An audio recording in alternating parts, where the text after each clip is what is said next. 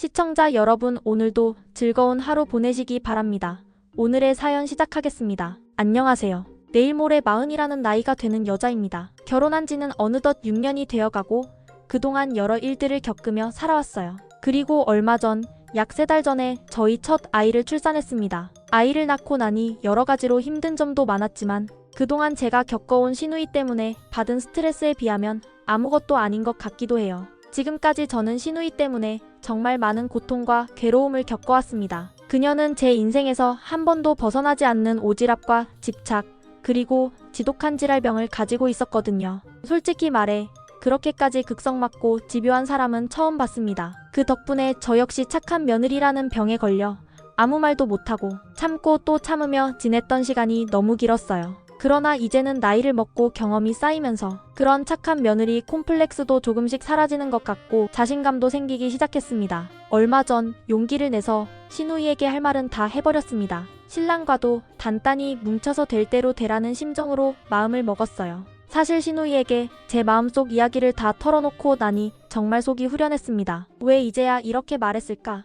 조금 일찍 용기를 냈다면 좋았을 텐데 하는 후회도 조금 들더군요. 하지만 그동안 쌓인 스트레스가 너무 커서 그렇게 쉽게 마음먹기 어려웠던 것도 사실이었죠. 저와 남편은 30대 초반에 만나 연애를 시작했습니다. 남편은 시누이가 둘이고 늦둥이 외아들이라는 이야기를 들었지만 워낙 착하고 자상한 사람이어서 별로 신경 쓰지 않았어요. 주변 친구들 중에도 시어머니가 홀로 계시고 시누이가 많은 집에 시집간 경우가 있었는데 그 친구들이 오히려 시댁에서 예쁨을 받으며 잘 지낸다는 이야기를 들었기 때문에 크게 걱정하지 않았던 것 같아요. 남편과는 즐겁게 연애를 이어갔고 남편이 좋은 직업을 가지고 있는 데다 시댁도 경제적으로 크게 어렵지 않다는 점이 저를 안심시켜 주었습니다. 처음 남편의 집에 인사를 갔을 때 시어머니께서 무표정하게 말씀하시는 모습이 너무 무서워서 마음이 조마조마했던 기억이 납니다. 하지만 시간이 지나면서 생각보다 시어머니는 저에게 참 잘해주셨고 지금도 저를 아끼고 챙겨주시는 걸 느낍니다. 그런 점은 정말 감사하게 생각해요. 문제는 큰 시누이였습니다. 남편은 저보다 3살 많고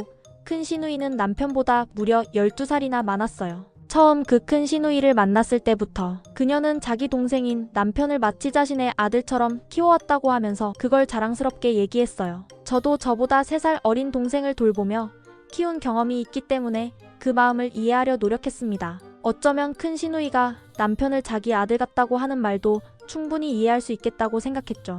하지만 그 큰 시누이 때문에 저는 정말 많이 힘들었어요. 상견례 자리에서도 양가 부모님들 사이에서 모든 이야기가 원만하게 잘 진행되고 있었는데 갑자기 큰 시누이가 예기치 않게 예단 문제를 꺼내는 바람에 분위기가 순식간에 얼어붙었습니다. 이미 예단은 생략하기로 다 합의된 상태였는데도 불구하고 큰 시누이가 불쑥 예단 얘기를 꺼내자 시부모님과 남편은 그 시누이에게 단호하게 안 된다고 말했고 시아버님께서는 저희 부모님께 직접 사과를 하시는 상황까지 벌어졌죠. 그 일 이후로 큰 시누이는 뚱한 표정으로 저를 대했고 그 표정을 보는 것만으로도 저는 마음이 무거워졌습니다. 신랑이 결혼하기 전부터 해외 파견 근무가 예정되어 있어서 저와 신랑은 결혼 직후부터 약 4년간 외국에서 생활하게 되었습니다. 그동안 새로운 환경에서 적응하느라 여러모로 힘들었지만 다행히도 1년에 한두 번 정도 양가 부모님께서 번갈아가며 저희를 방문해 주셨어요. 게다가 신기하게도 양가 부모님이 서로 일정을 조율해서 같은 시기에 같이 방문하시곤 했답니다. 덕분에 부모님들께서 서로 얼굴도 보고 저희 가족 모두 함께 시간을 보내는 귀한 시간이 되었어요.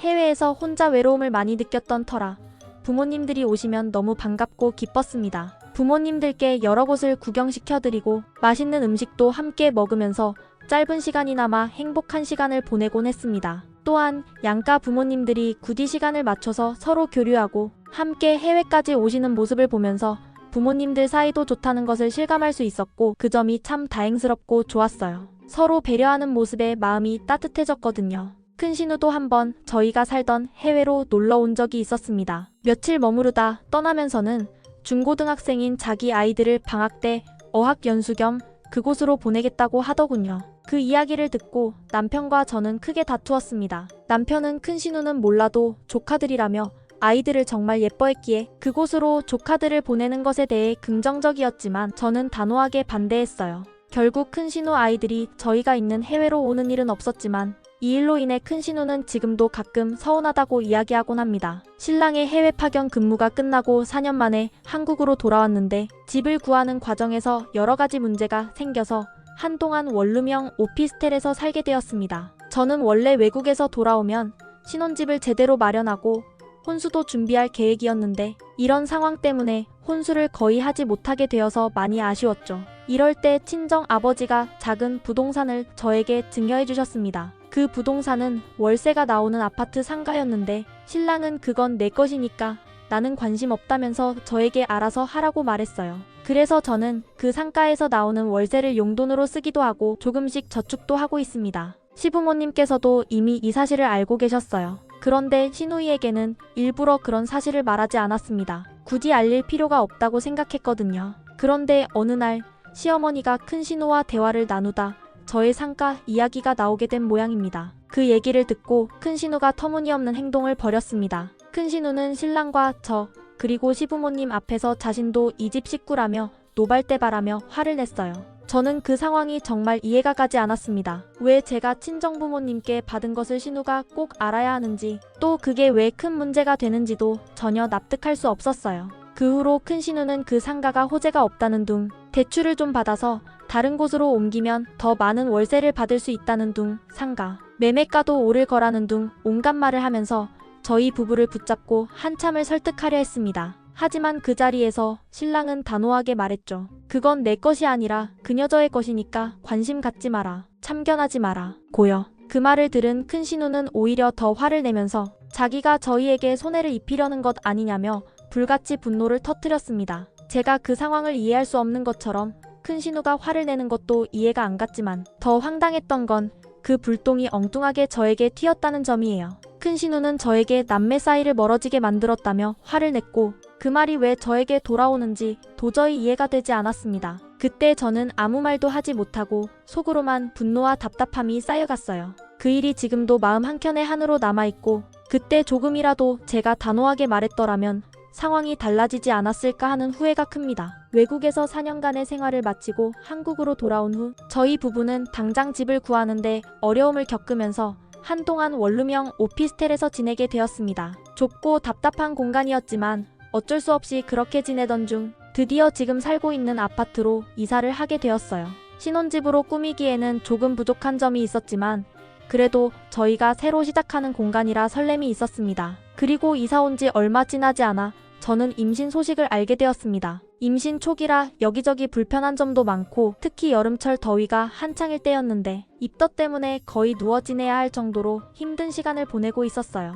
그런데 어느 날 갑자기 큰 신우에게서 전화가 왔습니다. 전화기 너머로는 저희 집 주차장에 있으니 빨리 내려오라는 말이었어요. 갑작스러운 호출에 저는 뭘 가져왔나 싶어서 얼른 몸을 일으켜 부랴부랴 내려갔습니다. 그런데 큰 신우는 그냥 저를 데리고 여기저기 백화점으로 끌고 다녔어요. 그때가 한창 무더운 여름이었는데 저는 입덧과 몸살로 지쳐 누워있다가 겨우 일어난 상태였는데 말이죠. 큰 신우는 임산부 복장을 사주겠다면서 백화점 여기저기 매장을 돌아다니게 했습니다. 저는 임신 초기라 배도 나오지 않아 임산복이 필요 없었고 솔직히 그 상황이 너무 불편하고 짜증이 났어요. 굳이 이렇게까지 나를 데리고 다녀야 하나?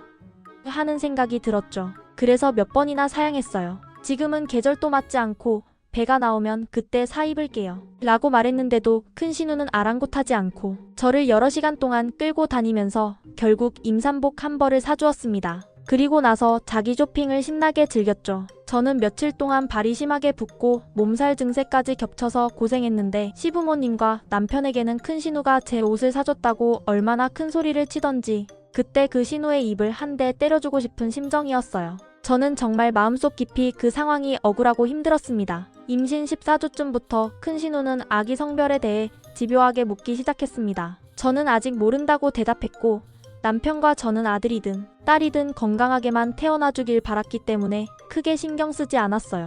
그런데 어느 날 갑자기 큰 신우가 저희 집에 와서는 자기가 아는 산부인과로 저를 데려가겠다고 했습니다. 그 병원에서 아기 성별을 알려줘야 한다고 하면서요. 저는 별다른 선택권도 없이 끌려가다시피 그 병원에 갔는데 그곳에서 성별을 딸이라고 말해주더군요. 저는 그 말을 믿고 그냥 그런가 보다 하고 있었습니다. 그런데 결국 아이가 태어나 보니 아들이었습니다. 이 사실을 알고 저는 큰 신우에게 정말 많이 화가 났어요. 확실하지도 않은 성별 정보를 가지고 저와 남편을 오도하게 만든 것, 게다가 저를 병원으로 끌고 다니면서 굳이 그렇게까지 하던 큰 신우의 행동이 참을 수 없이 분노가 치밀었죠. 저희 부부는 딸을 위해 출산 준비를 하면서 마음을 다잡았는데 막상 아들을 딸이라고 알고 태교를 했다는 사실이 너무 속상했습니다. 남편도 이 일 때문에 크게 실망하고 화가 났었고요. 하지만 결국 아들이든 딸이든 건강하게 태어나 준 우리 아이는 너무 사랑스럽고 예뻤습니다. 아이가 태어나 병원에 있을 때 작은 신우가 와서 고생 많았다며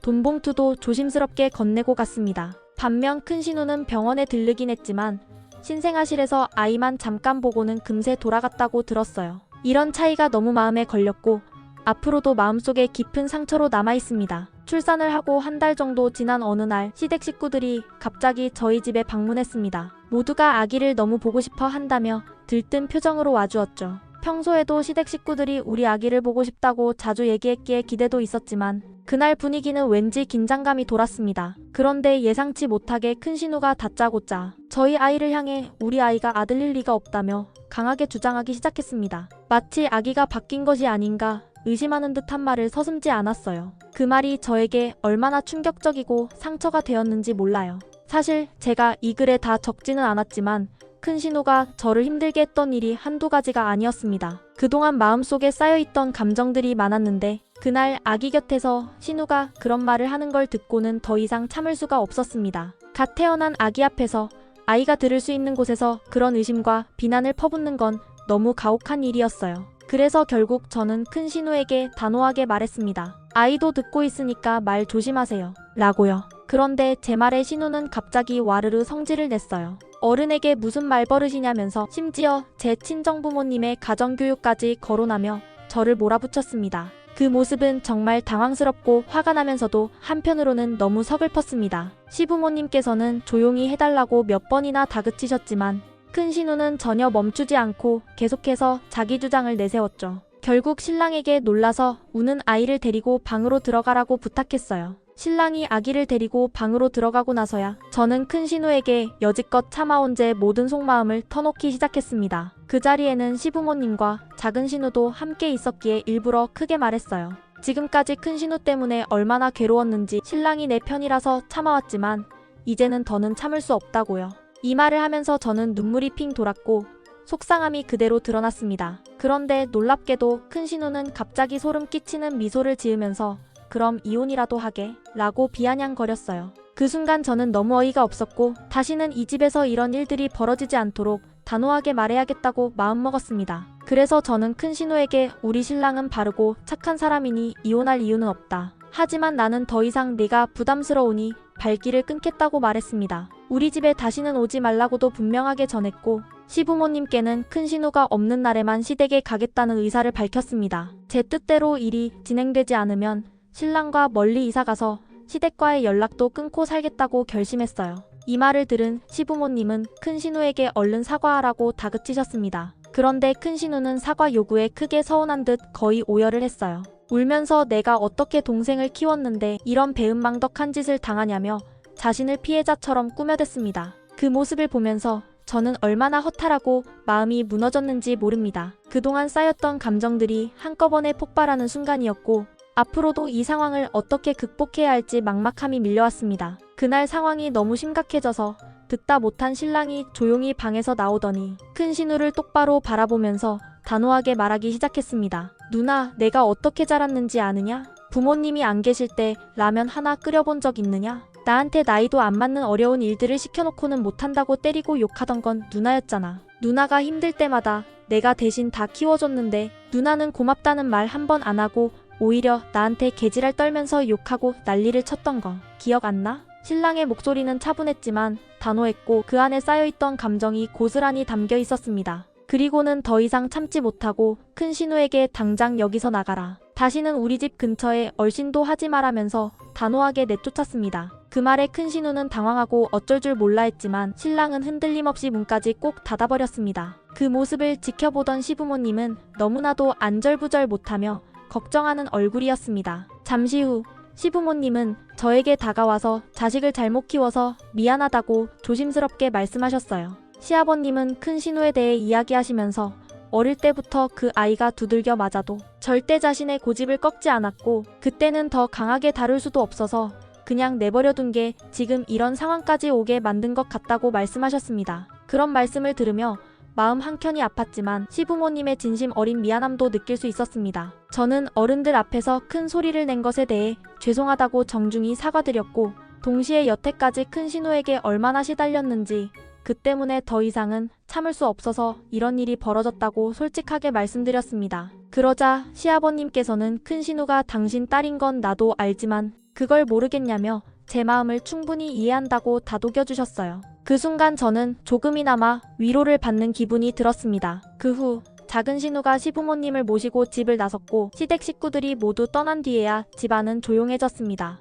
아기를 재우고 난 후 신랑과 저는 침대에 앉아 밤늦도록 이야기를 나누었어요. 신랑은 미안하다며 말문을 열었지만 곧 자신도 피해자라고 토로했습니다. 저는 그 말이 이해가 가지 않아 그게 무슨 소리냐고 물었죠. 신랑은 최근 심리학 서적들에 푹 빠져 여러 권을 읽었다면서 설명을 시작했습니다. 큰 신우는 늘 신랑에게 내가 너를 키운 것처럼 잘했다고 말했지만 사실 신랑이 가장 다정하고 따뜻하게 감싸주었던 누나는 작은 신우였다고 해요. 그리고 큰 신우는 신랑에게 어릴 때부터 막내라서 모든 귀여움을 독차지하며 자랐다는 식으로 세뇌하듯 말해왔는데 신랑은 심리학 서적을 읽으면서 자신이 오히려 정신적 학대를 받으며 자란 컴플렉스 덩어리라는 사실을 알게 되었다고 했습니다. 지금 돌이켜보면 신랑 마음속에 많은 콤플렉스가 전부 큰 신우로부터 온 것 같다는 거예요. 신랑은 나는 누나와 핏줄이니까 참고 살았지만 너는 혈연관계도 아닌데 얼마나 힘들었겠냐며 저에게 미안해했어요.